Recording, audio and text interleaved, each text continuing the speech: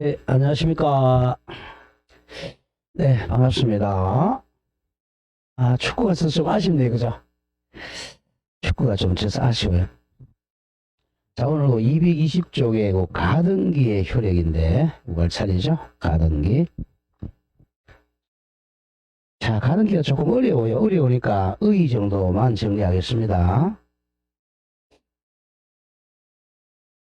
자, 오늘 설명을 하고 갑시죠. 자, 원래 등기가 본등기를 의미해요. 본등기. 본등기 하면 이제 186조에 의해서 물건이 변동하죠. 대표적인 권리 변동적 효력이죠. 권리가 변동하는 효력이 가장 중요합니다. 자, 등기하면. 요게 이제 반대말이 이제 가등기. 가등기는 임시라는 겁니다. 임시 가짜, 가등기. 임시라는 거죠. 자, 본등기를 보면, 갑이 이제 이 집의 소유자다. 이걸 팔았어요. 을이 샀다. 매매 계약을 했습니다. 그럼 이제 만약에 1월 1일 날 매매 계약했다. 을이 이제 등기하죠. 2월 1일 날 소유권 이전 등기를 딱 을앞으로 하면 을이 2월 1일 날 소유자가 되는 거죠. 이거로 권리 변동적 효력이라 그래요. 이게 원래 등기의 효력이에요. 자, 그런데 이제 가등기는 권리 변동적 효력이 없어요. 가등기니까 임시라는 거니까. 그럼 가등기는 일단 무슨 효력이냐? 이거는 자, 순위만 보전하는 효력. 순위 보전의 효력. 순위가 보전, 임시로 보전하는 효력. 또는 순위 소급적 효력이라고. 소급. 보전적 효력, 소급적 효력. 소급은 앞으로 거꾸로 돌아간다는 거예요. 소급을 했건데, 소급은 12월 1일 날 만약에 어떤 일이 있었는데, 이걸 앞으로 돌리는 걸 소급이라고 그래. 거꾸로 돌리는 거. 근데 1월 1일부터 거꾸로 돌리는 걸 소급이라고 그래. 원래 법은 소급을 하면 안 돼요. 이건 예외적으로만 소급을 시켜줍니다. 그래서 가등기는 이제 순위를 소급해주는 예외적인 효력이죠. 가등기 한번 해보죠. 자, 갑이 을과 매매 계약을 했어요. 매매 계약, 본 계약을 했다면 여기 본등기 한단 말이에요. 본등기. 소유자가 되는데 매매 계약을 체결 안 했어요. 매매 계약을 체결하지 않고 매매 예약만 했어요. 자, 예약은 다음에 매매하자고 예약한 거죠. 예약을 하니까 본등기를 못 한단 말이에요. 이런 경우에 이제 나중에 이제 본등기에 순위를 보존한다는 거예요. 예약을 했다. 만약 1월 1일 날. 자, 그러면 예약을 했는데, 자, 그러면 이제 이 사람이 이제 나중에, 자, 본등기 해줄 의무자지만 지금은 가등기 해주는 사람 설정자라 그래요.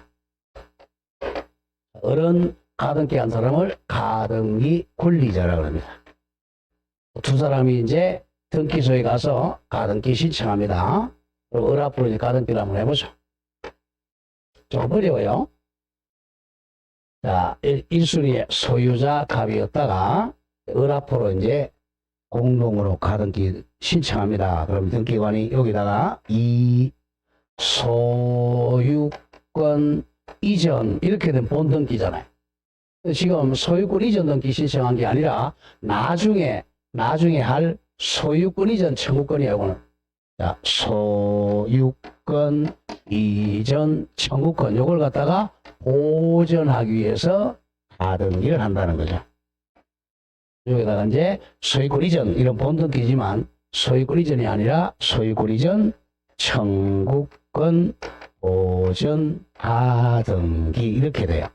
본등기는 그냥 소유권 이전이지만 가등기는 나중에 할 소유권 이전 청구권 요걸 이제 보전한다는 거죠. 가등기. 여기 이제 등기 원인은 여기 매매 예약이겠죠. 매매 계약이 아니라 예약. 만약에 2022년 1월 1일 매매 예약. 여기다가 소유자가 아니라 가등기 권리자라고 적어야죠. 여기를 가등기 권리자 을 이렇게 등기돼요. 가등기 굴리자 을. 이때 이것은 아직까지 효력이 없습니다. 아직은 이 가등기만으로는 아직 효력이 없어요. 아직은 효력이 쉽게 가짜등기야. 가짜등기. 가짜등기니까 가등기를 해도 갑이 소유자란 말이야. 이 가옥이다. 갑이 소유자예요. 만약에 가등기를 2월 1일 했다. 2월 1일 날 가등기 했어요. 자, 2월 1일 날 가등기를 해도 아직 가짜입니다. 효력이 없어요. 아직. 그래서 전번주에 배웠지만 가등기는 본등기가 아니니까 추정력이 없다 그랬잖아. 추정력이 없다. 이걸 한번 읽었죠. 그죠? 자, 그러면 이제 갑이 소유자니까 가등기 해줘도 갑이 팔아먹을 수 있다는 거지. 이 건물을 갑이 이제 4월 1일 날 이병에게 팔았어. 매매 청약과서 팔았어요. 이 사람 매수인이 됐죠. 그럼 이 가등기도 이것도 소유권 이전 청구권이니까 이것도 채권이죠. 이것도 채권이니까 채권에는 우열이 없다 그랬죠. 그죠? 그럼 이제 병 앞으로 먼저 등기할 수 있어요. 이렇게 여기 3순위로 여기다가 이제 3 이거는 이제 본매매니까 본등기 하겠죠. 소유자 병 그러면 병이 4월 1일 날 등기했다면 병이 소유자죠. 그럼 병이 소유자예요. 왜? 이건 아무 효력이 없으니까. 근데 이제 조심해야 돼. 이 사람이 소유자지만 나중에 이제 이 사람이 가등기를 해놨으니까 나중에 나오겠지만 가등기 해서 예약 완결권은 이 10년 내에 행사하면 돼요. 10년 이내에 나중에 을이 갑에게 예약 완결한다. 이렇게 이제 예약 완결한 본매매가 성립해요. 본매매가 만약에 12월 달에 했다면 12월 1일 날 본매매가 성립해. 그럼 본매매가 성립하면 이제 자 이렇게 요 갑과 을이 이렇게 공동으로 이 본등기를 신청해요. 왜? 12월 1일 날. 그러면 이제 본등기 신청하 여기가 사순위가 돼야 돼요. 사순위가 돼야 되는데 가등기를 해놓으면 사순위를 등기하지 않고 이 가등기 순위 그대로 사용해요. 요거 이를 그대로 사용하니까 이게 이제 순위가 소급한다는 거야. 이게 사순위가 아니라 사자가 아니라 이가 된다는 이렇게 이순위 소유자 을 이렇게 된다는 을. 자 등기는 언제 했어요? 자 12월 1일 날 등기했어요. 그러면 물권 변동 186조에 물권 변동 소유권 취득은 12월 1일이야. 병은 4월 1일 날 취득이죠. 그러면 이 사람이 소유권은 늦게 취득했지만 순서는 2순위가 더 빠르잖아. 그래서 이 사람이 2순위고 3순위니까 한 개의 부동산에 2순위가 있고 3순위가 있으면 어느 게 우선한다 그랬죠? 2순위 우선하죠? 2순위 우선하단 말이에요. 이 사람이 우선하니까 한 개의 부동산에 소유권 2개 있으면 안 된다 그랬죠. 그럼 이거는 직권 말소예요. 직권으로. 이걸 직권 말소라고. 이걸 이제 나중에 중간 처분 등기라 그래요. 가등기하고 본등기하고 가등기와 본등기 중간에 있는 처분 등기. 중간 처분 등기는 등기관이 직권으로 말소합니다. 직권 말소. 이걸 이제 순위 보전의 효력이라고 해요. 사순위가 아니라 2순위가 보전된다. 사순위가 아니라 2순위로 소급하는 효력. 여기 이제 가등기. 우리가 이제 가등기를 많이 하는 이유가 이와 같이 가등기가 되어 있으면 이걸 다른 사람에게 팔아도 나중에 산 사람이 권리를 취득하지 못할 우려가 있죠. 이런 것은 사는 게 좋아? 안 사는 게 좋아? 안 사는 게 좋은 거죠. 그래서 가등기를 많이 해놓은 이유가 가등기를 해놨다가 이걸 만약에 팔아먹어도 나중에 소유권 취득할 수 있는 이익이 있으니까 가등기를 많이 사용합니다. 이렇게 해서 가등기가 그러면 순위 보전의 효력, 순위 소급의 효력을 기억하면 돼요. 자, 그럼 의 한번 보죠. 일단 동그라미 1. 자, 의 가등기는 자 장차해 줄 거예요. 장차 부동산 물건 및 이에 준하는 권리 변동을 발생케 하는 자 장차고 청구권 줄 거세요. 청구권 보전하려 할 때 청구권 앞에다가 채권적이라고 적어. 그러니까 채권적 청구권 보전. 채권적 청구권 보전을 할 때 가장 많이 해. 채권적 청구권 보전을 할 때 또는 그 채권적 청구권이 아직 줄만 걸고 갑니다. 시기부 또는 정지 조건부일 경우나 그 밖에 장래 확정될 것인 경우, 장래 확정될 것인 경우에, 자, 줄거서 이제 본등기의 순위 보전 같은 말, 소급을 위해서 하는 겁니다. 본등기의 순위 보전, 순위 소급을 위하여 하는 것이다. 채권적 청구권 보전하는 거야. 2번 줄거 따라서 채권적 청구권이 아닌 반대 물권적 청구권 보존하기 위한 가등기는 허용되지 않습니다. 기억해야 돼요. 자, 가등기는 무슨 청구권 보존한다? 채권적 청구권 보존하기 위해서 한다. 물권적 청구권 보존 가등기 할 수는 없다. 왜냐하면 물권은요. 물건을 보존하려면 본등기를 해야 돼요. 본등기를 해야 되니까 가등기를 못 하는 거예요. 물건은 본등기 186조죠. 그러니까 이제 채권을 보존하기 위해서 하는 게 가등기입니다. 자, 양가는 2번에 본등기 전 요거죠. 요거. 이 본등기 하기 전에는 아무런 효력이 없어요. 본등기 전에는 땡땡 줄여서 실체법상 아무런 효력이 없다. 실체법이라는 게 민법이에요. 민법상 가등기는 본등기 전에는 아무런 효력이 없다. 그래서 동그라미 1번 보면 가등기 권리자 을이죠. 가등기 권리자 을은 가등기 후에 그 부동산에 대하여 적법하게 소유권을 등기한 제3자의 병이라고 하죠. 병이죠. 병. 이렇게 이제 4월 1일 날 소유자 병이라고 등기했죠. 아직 이거이 본등기 하기 전입니다.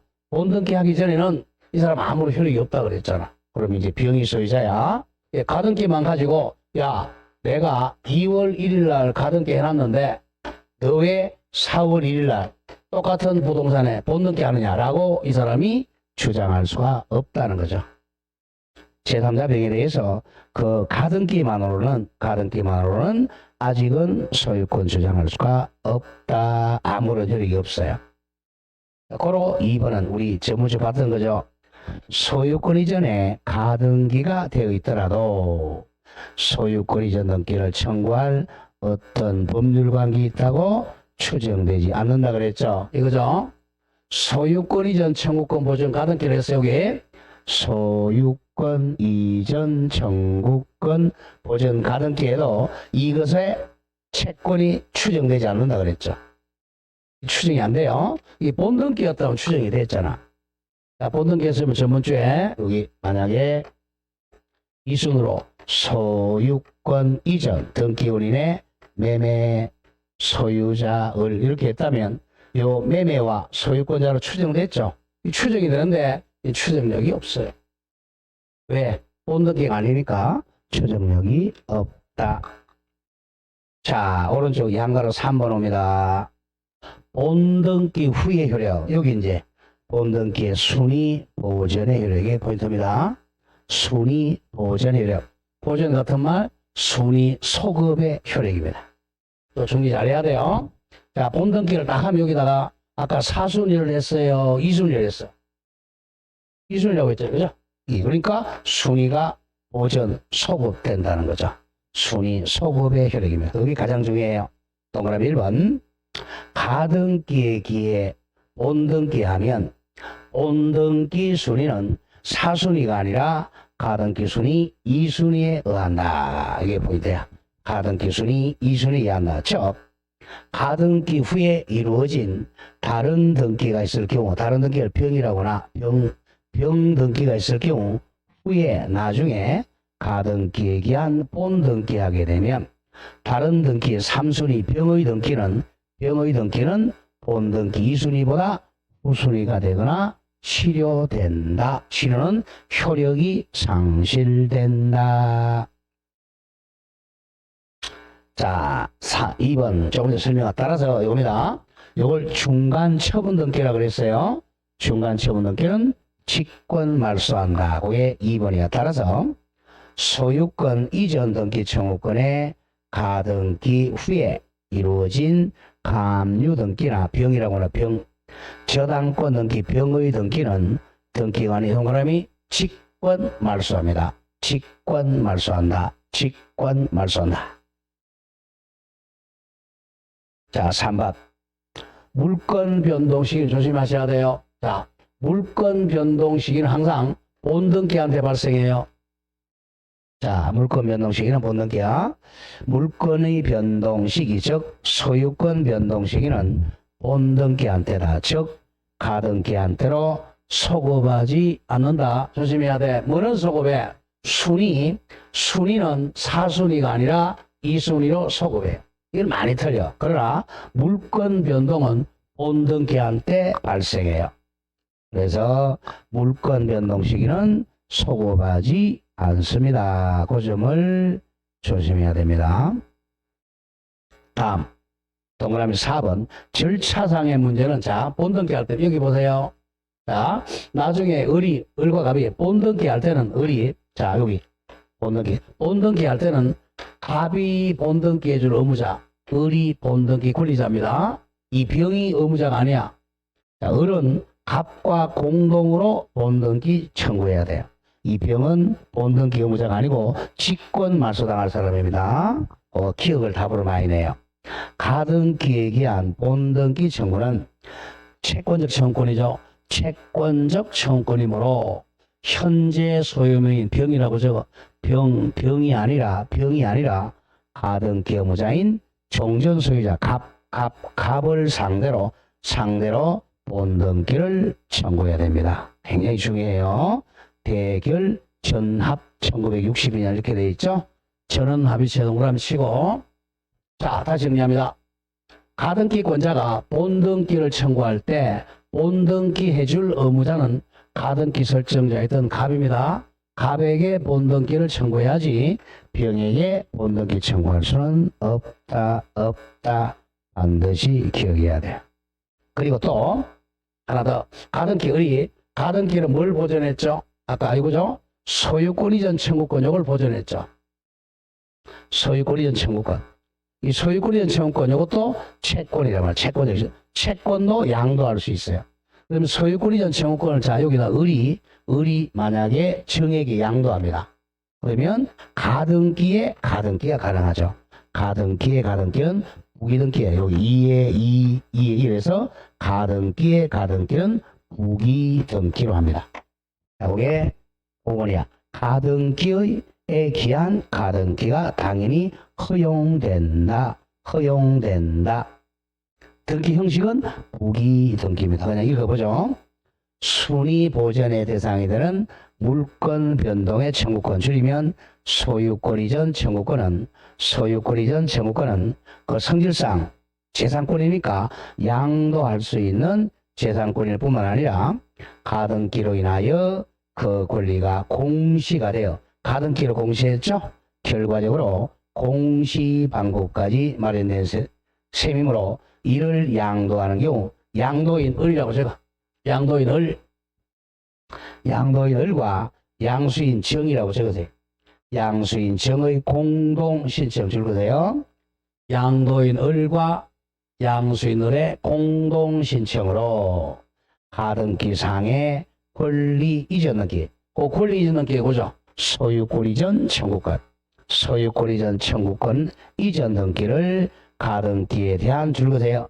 부기등기 형식입니다. 주등기가 아니라 부기등기 여기 적어. 부기등기 2의 1 이렇게 2의 1 부기등기 형식으로 할 수 있다. 격려할 수가 있다. 이것도 뭐죠?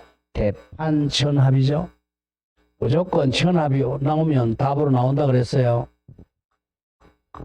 자, 그럼 기출문제 맨 오른쪽 맨 밑에 거 보죠. 가등기된 소유권 이전 청구권은 가등기에 대한 무슨 등기 방식으로 부기등기 방법으로 타인 정에게 양도할 수가 있다. 이게 이제 98년도 전원합의체니까 작년에 출제된 거죠. 이렇게 해서 이제 가등기도 마칩니다. 자, 그런 점을 조심하고. 자, 이렇게 해서 이제 등기를 마치겠습니다. 자, 부동산 마쳤어요. 다음 장 넘겨보세요. 자, 그러니 부동산은, 등기, 부동산은, 자, 법률행위로 인한 물권 변동은 186조 2에서 등기, 이때 등기가 본등기야, 본등기함으로써 물권이 변동합니다. 덕실 변경이 돼. 여기에 등기는 가등기 포함 안 돼요. 가등기는, 여기에 가등기는 순위만 보존하는 효력이에요. 다음 두 번째, 상속, 공용징수, 판결, 경매, 법률의 규정이죠. 법률의 규정에 의한 물권 변동은 등기를 여하지 아니한다. 이게 187조. 여기서 뭐 두세 문제 꼭 나와요. 여기서 그러나 뭐 하기 위해서는 처분하기 위해서는 처분 요건으로 등기를 해야 된다. 이거죠. 자, 그래서 부동산은 공시방법이 등기입니다. 자, 이번엔 동산으로 갑니다. 뭐 동산은 우리 시험 범위는 아니지만 공시방법은 기억해. 공시방법은 바로 점유하는 거죠. 손에 쥐는 거.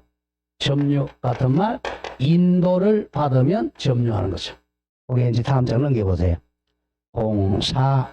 동산 물권 변동입니다. 동산의 물권 변동. 자, 맨 밑에 2번 와보세요. 이 권리자로부터의 취득. 자, 188조인데, 자, 188조. 시험 범위는 아니지만 보세요. 자, 갑이, 자, 만약에 시계의 소유자다. 시계빵이다. 자, 을이 시계를 사러 갔어요. 금은방에 시계 하나 주세요. 예, 알았습니다. 라고 시계 매매 계약이 체결됐어요. 매도인, 매수인이죠. 그럼 이제 매매가 바로 법률행위잖아. 법률행위. 그럼 법률행위 했는데, 매수인이 이 시계는 부동산이야, 동산이야? 동산이잖아요. 그죠? 이 시계는 동산이니까 이걸 인도받으면 소유권 실, 인도는 점유의 이전이죠. 이 시계를 손에 딱 차는 순간 소유자가 되는 거죠. 그게 188조입니다. 맨 밑에 동산 물권 양도 효력, 제랑 동산에 관한 그 물권을 소유권을 받고 읽으세요. 동산에 대한 소유권의 양도는 소유권의 그 양도라는 개념 정리하고자 우리 개념들 잘 정리해야 돼요. 인도, 명도는 거의 같은 말입니다. 점유의 이전을 받는 거, 점유를 이전하는 게 인도, 명도예요. 되게 동산은 인도란 말을 많이 쓰고요. 동산. 부동산은 명도란 말을 더 많이 씁니다. 부동산은 인도, 동산은 인도, 부동산은 명도야. 점유이죠. 그 다음에 양도라는 게 조심한다. 양도는 점유를 이전하는 게 아니고 양도는 권리의 이전을 양도라 그래. 권리를 이전해 주는 걸 양도. 자, 그러면 이제 제가 읽어보면 동산에 관한 소유권의 양도는 권리의 이전은 소유권 이전은 그 동산을 인도하여야 효력이 생긴 인도. 그러니까 동산에 대한 소유권을 팔아먹으려면 자, 양도해 준 때 소유권 팔아먹는다는 거죠. 자, 동산에 관한 소유권 양도는 인도하여야 소유권 취득의 효력이 생깁니다. 자, 그것만 기억하시죠. 자, 다시 갑니다. 만약에 내가 집을 샀다. 아니, 부동산 샀다. 뭐야 소유권 취득이에요? 등기한 때 소유권 취득합니다. 동산은 뭐한 때? 인도받은 때 소유권 취득이에요. 항상 문이 그려야 돼요. 이게 바로 무슨 주의? 형식주의라 그래. 부동산은 등기라는 형식을 갖추어 있을 때 소유권 취득한다. 동산은 인도라는 형식 취득했을 때 소유권 취득한다. 그런 뜻이에요. 자, 오른쪽에 1. 형식주의 원칙만 기억합니다.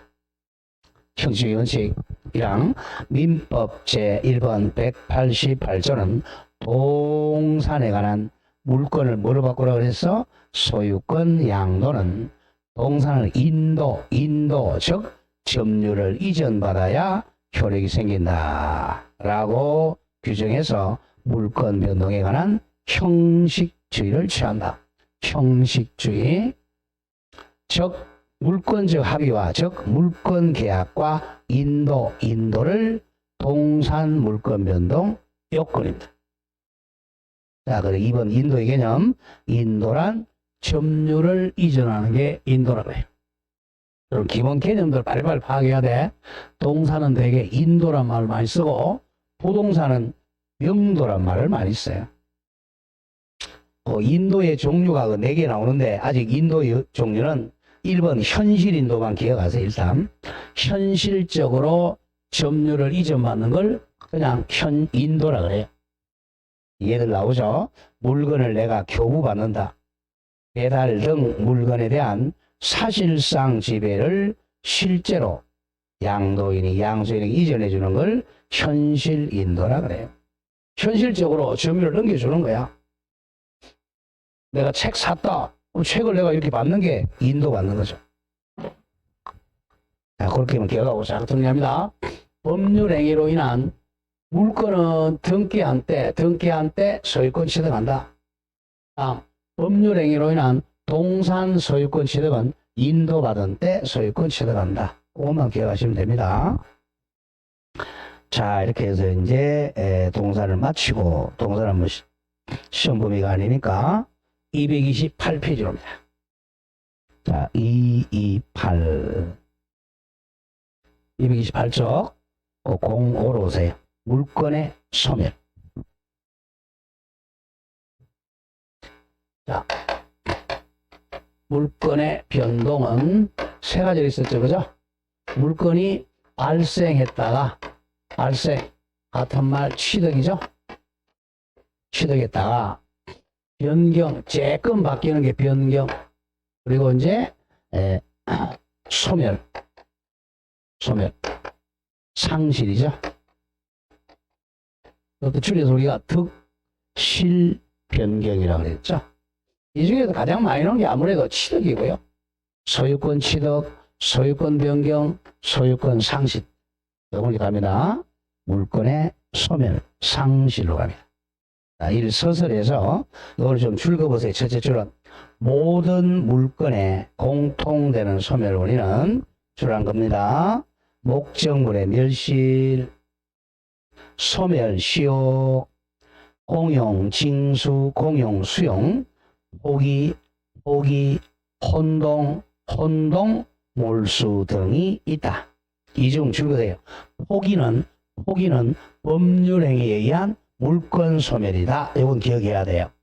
포기는 법률행위 이퀄 의사표시에 의한 물권 소멸이다. 나머지는 법률의 규정에 의한 물권 소멸이다. 이 차이가 뭐예요? 포기는 뭐였죠? 포기는 법률행위니까 뭐 해야 돼? 등기를 해야 효력이 발생한다는 거죠? 186조. 포기는 말소 등기한 때, 포기는 등기한 때 소멸되는 거고, 나머지는 법률의 규정이니까 등기 없이 소멸한다. 그게 포인트예요. 자, 그럼 물건의 소멸에서는 뭐는 등기한다? 포기만 등기합니다. 나머지는 등기 없이 소멸한다. 그게 포인트예요. 자, 그럼 하나씩 가보죠. 이번에 목적물의 멸실 갑니다. 자, 갑이라는 사람이 이 집의 소유자예요. 소유권자잖아. 근데 이 물건이 멸실돼서, 즉 태풍이나 지진이 떠내려가 버렸어요. 물건이 없어졌잖아요. 물건이 없으면 이거는 법률행위가 아니야. 즉 의사표시를 안 했잖아요. 그러니까 떠내려가는 순간 소유권을 소멸했습니다. 이제 등기 안에서 소멸됐어요. 1 줄거 나가죠. 물건이 멸실되면 물건도 당연히 소멸합니다. 등기 없이 소멸했어요. 집이 태풍으로 떠내려갔다. 소유권 소멸했습니다. 그럼 문제는 양가로 2번입니다. 양가로 2번. 토지가자 포락이란 말이 나와요. 포락은 자, 육지가 바다가 되는 게 포락입니다. 토지가 물에 잠기는 거, 쉽게 육지가 바다가 되는 걸 포락이라 그래요. 여기 이렇게 이제 여기 육지였는데 이만큼 바닷물이 들어가지고 바다가 됐어요. 됐죠? 그리고 이게 이제 땅속에 잠겼으니까 소유권이 상실됩니다. 이거 기억해야 되는데 2번 토지가 포락이 되면 물속에 잠겼으니까 바다가 되었으니까 종전 소유권은 영구적으로 소멸합니다. 이게 땅이 아니잖아. 부동산이 아니잖아요. 바다는 부동산이 아닙니다. 자, 그런데 나중에 또 다시 어떻게 이만큼 포락됐는데 이 부분이 다시 육지가 됐어요. 다시 육지되는 걸 성토라 그래. 다시 토지가 되었다. 그러면 자, 한 번 죽은 건 살아나지 않아요. 자, 따라서 그 후 어떠한 이유로 성토화되어도 토지 육지가 되어도 종전 소유권을 뭐하지 않는다? 부활하지 않습니다.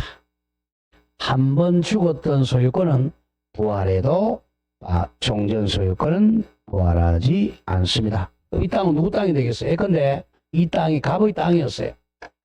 갑의 땅이었는데 바다가 되면 갑의 소유권 상실했잖아요. 근데 한 10년 정도 있다가 다시 이게 육지가 됐어요. 그러면 갑의 소유권은 부활하지 않습니다. 갑의 소유권 상실했어요. 그럼 이거는 뭐야? 이거는 국유가 됩니다. 조심해야 돼요.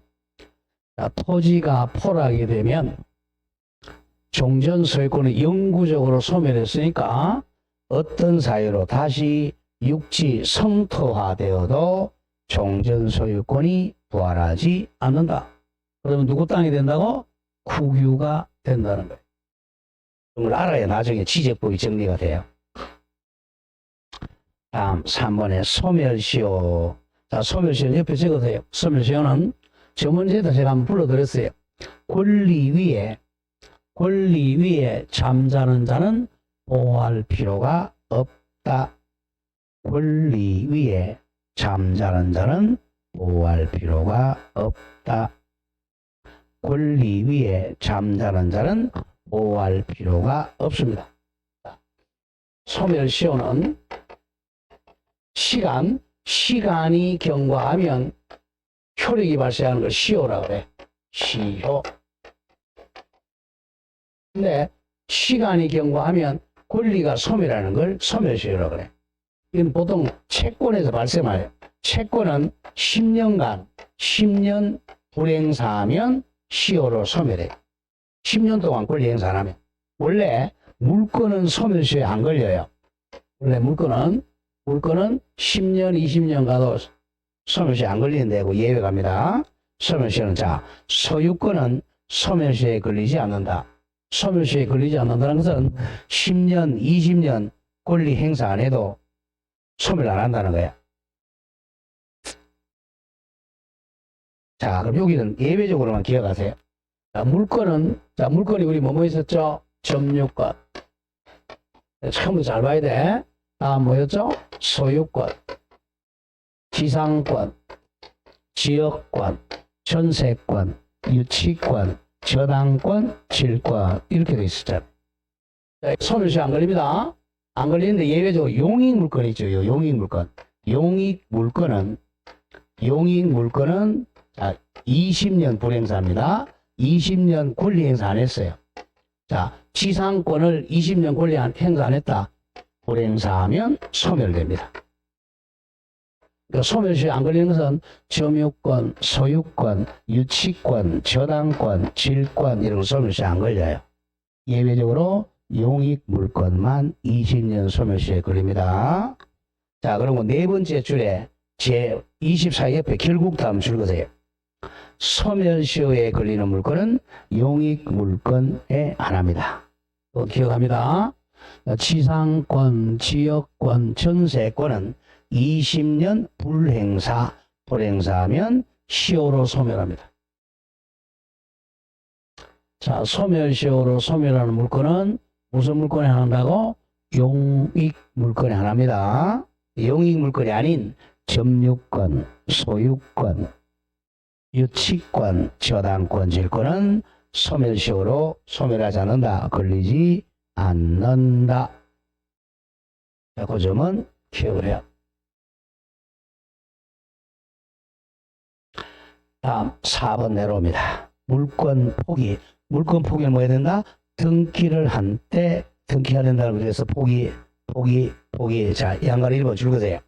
물권의 포기는 물권 소멸을 목적으로 하는 물권적 단독 행위 이퀄 법률행위입니다. 물권적 법률행위다. 따라서 부동산 물권 포기는 등기를 해야 됩니다. 뭐 동산 물권 포기는 당연히 점유를 포기해야 되고. 자, 부동산만 기억하세요.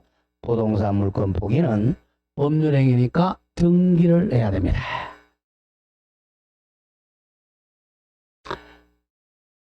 자, 그런 점 조심해야 돼. 물권 포기는 등기하여야 효력이 발생해요. 자, 오른쪽 5번 옵니다. 5번 혼동이 조금 어려워요. 혼동. 자, 혼동 갑니다. 혼동은 우리가 점유권, 본권 어떻게 나눴죠? 소유권, 제한물권. 자, 소유권자가 갑이라면 제한물권자는 을이라고 그랬죠. 소유권은 이 소유물을 세 가지 사용, 수익, 처분하는 권리라고 그랬어요. 근데 제한물권은 요 세 가지 중 일부만 제한적으로 지배하는 거라고 그랬죠. 그럴 때 사용 수익만 지배하는 게 용익물권. 이 처분만 지배하는 게 담보물권. 용익물권 네 가지 뭐였죠? 남의 토지 지상권, 남의 토지 지역권, 남의 토지나 남의 건물의 전세권입니다. 다음 담보물권은 유치권, 저당권, 질권 이렇게 돼. 그런데 조심해야 돼. 원칙은 소유권자가 갑이라면 제한물권자는 을이 돼야 된단 말이에요. 왜? 제한물권은 남의 소유물을 제한적으로 지배하는 권리니까. 그래서 제한물권을 타물권 이렇게 배우라고 그랬잖아요. 타물권. 타인의 소유물을 지배해야 돼. 근데 이 혼동이라는 개념은 헷갈린다는 거 쉽게 얘기해서 헷갈려. 근데 보세요. 이 집에 갑이라는 사람이 나와요. 물었어. 자, 병이. 야, 너 이 집, 너가 소유자냐? 맞아. 내가 소유자야. 그 다음날 물었어요. 갑이 나와. 야, 갑아. 너 그 집이 전세 사니? 나 전세 살아. 전세권자야. 말 돼요, 안 돼? 말이 돼요, 안 돼? 같은 사람에게 나 소유권자고 나 전세권자도 말 돼요, 안 돼요? 말이 됩니까, 안 됩니까? 에? 물었어, 친구가. 너 그 집에 너 소유자냐? 너 전세권자냐? 거짓말이죠, 그죠? 말 안 되잖아요. 그러니까 같은 사람이자 소유자가 갑이라면 전세권자가 을이 돼야 돼. 자, 그런 겁니다. 혼동은 어떤 사유로 동일한 물건에 소유권하고 제한물권이 동일인에게 기속하는 게 혼동이야. 그러면 자, 소유권은 사용 수익 처분권이고 전세권은 사용 수익이잖아. 이게 더 큰 개념이잖아. 큰 놈이잖아. 세 가지 가지니까. 두 가지밖에 없어. 작은 놈이잖아. 큰 놈하고 작은 놈이 같이 가지고 있으면 큰 놈이 작은 놈한테 흡수당해가지고 소멸하는 걸 혼동이라 그래요. 쉽게 해서 이제 자, 대변과 소변이 섞이면 대변밖에 안 남죠. 나중에 되면. 그런 겁니다. 그래서 결국 하죠. 소유권과 제한물권이 동일한 사람에게 기속하면 혼동으로 제한물권이 소멸된다. 이게 혼동입니다. 자, 그럼 이제 박스 안에 보세요. 제 191조. 자, 혼동으로 인한 물권 앞에 제한을 넣어. 제한물권의 소멸. 제목에 혼동으로 인한 제한물권의 소멸. 자, 제1항 보세요. 동일 같은 물건에 대한, 자, 이건 포인트입니다. 소유권과 또 다른 물건이 바로 제한물건이야. 제한물건이 동일한 같은 사람에게 기속한 때는 다른 물건, 즉 제한물건이 소멸한다. 원칙만 기억하세요. 자, 그리고 제3항 해주고 3항. 점유권. 자, 점유권은 제한물권이에요. 제한물권이 아니에요. 여기 보세요. 자, 제한물권은 지상권, 취역권, 전세권, 유치권, 저당권, 질권, 제한물권도 본권이란 말이야. 그러니까 점유권은 제한물권이 아니잖아요. 그러니까 점유권자하고 소유권자가 같은 사람이라도 점유권을 혼동으로 소멸 안 하죠. 현재 여러분들 뭐 가지고 있어요?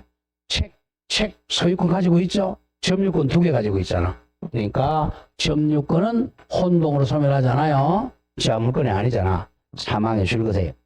점유권에 관해서는 제2항 규정을 혼동으로 바꿔 혼동 규정이 적용되지 아니합니다. 점유권은 혼동으로 소멸하지 않는다. 이거 시험에 많이 내죠. 자, 그럼 1, 의 정리되겠죠? 의는 혼동이란 서로 대립되는 반대되는 두 개의 법률상 지위가 즉 소유권과 제한물권이 동일인에게 기속하는 것을 말한다. 자, 양가로 1번 원칙만 적용합니다. 양가로 2 소유권과 제한물권의 혼동. 양가로 1 원칙. 조금 설명한 거 보죠. 1번 동일한 물건이 같은 물건이야. 소유권과 제한물권이 동일 같은 사람에게 기속되면 제한물권은 소멸하는 게 원칙이다. 이게 혼동입니다. 소유자가 갑이라면 제한물권자는 다른 사람이 돼야 돼요. 근데 이 집에 소유자도 갑이고 전세권자도 갑이다. 그러면 혼동으로 전세권이 소멸하죠. 자, 이해갑니다. 예를 들어서 갑의 토지에 대해서 지상권자의 해당 토지에 대해서 소유권을 취득했죠. 여기다가 갑이 토지 소유자인데 여기에 을이 지상권을 취득했어요. 근데 나중에 이 지상권자가 이 땅을 샀다. 사가지고 소유권자가 됐다는 거죠. 그러면 이 땅의 소유권자하고 지상권자 같은 사람 됐죠? 그러면 지상권은 소멸합니다. 그게 혼동이죠. 취득하면 지상권은 소멸한다. 그게 뭐가요? 지금 무슨 저당권이 나와 거기에? 예를 들면 갑의 토지의 지상권자 을이 해당 토지에 대해 소유권 취득하면 지상권이 소멸하지. 왜 저당권이 나와? 지금 엉뚱한 거 보고 있어요. 지금. 지상권이 소멸하지. 이게 이제 원칙 소유권과 제한물권입니다. 자, 그런 점을 조심해야 돼. 그 다음 동그라미 2번 한번 볼까요? 또 같은 말이에요. 예. 갑의 토지 위에 을이 지상권. 을이 지상권 1번이라고 해야 되겠죠? 갑의 토지 을이 1번 지상권. 병이 2번 저당권을 가지는 경우 병이 토지 소유권을 취득했죠? 그럼 갑의 토지에 갑이 소유자이면서 저당권자가 됐죠. 그러면 병의 제한물권인 저당권은 당연히 소멸합니다. 이걸 혼동이라 그래요. 자, 쉽게 얘기해서 이제 같은 땅에 같은 건물에 소유자하고 제한물권자가 같은 사람이다. 그럼 뭐가 소멸한다? 제한물권이 소멸한다. 이걸 혼동이라 그래요. 자, 그 원칙만 기억하고 예외는 1월 달에 합니다. 오른쪽 보세요. 231. 양가로 4번 혼동으로 소멸하지 않는 물권. 점유권 기억합니다. 점유권은 제한물권이 아니니까 혼동으로 소멸하지 않는다. 이건 반드시 기억해야 돼요. 점유권은 혼동으로 소멸하지 않습니다. 그리고 양가로 5번 혼동의 효과. 이것도 법률의 규정이야. 옆에 이거 법률의 규정. 또 동그라미 1번이네요. 동그라미 1번. 혼동은 법률의 규정에 의한 물권 변동이므로 187조이므로 혼동으로 인한 물권의 소멸은 등기를 요하지 않습니다. 아까 이제 우리 물권 소멸 중에서 등기하는 걸 뭐라고 그랬죠? 포기라고 그랬죠? 포기만 등기합니다. 나머지는 등기하지 않는다. 그게 포인트예요. 그런 점을 조심하면 되겠어요. 자, 자, 여기까지가 물권 총론이야. 물권 총론. 넘겨보세요, 이제. 물권 총론. 그럼 이제 남은 게 물권 강론이죠. 항상 법은 총론이 좀 어려워요. 총론. 특히 등기가 어렵죠. 자, 강론. 이제 강론은 우리 이제 8가지 물권 중에서 뭐만 빼고, 질권만 빼고 이제 7가지 물권 면대가 강론이에요, 이제. 그럼 어떻게 나가겠어요, 이제? 강론은 점유권부터 나가겠죠, 그죠? 우리 조금 이제 의 같은 거야, 이제. 조금씩 쉬워지기 시작해. 자, 조금 쉬었다가 이제 강론 점유권 가겠습니다. 조금 쉬었다가.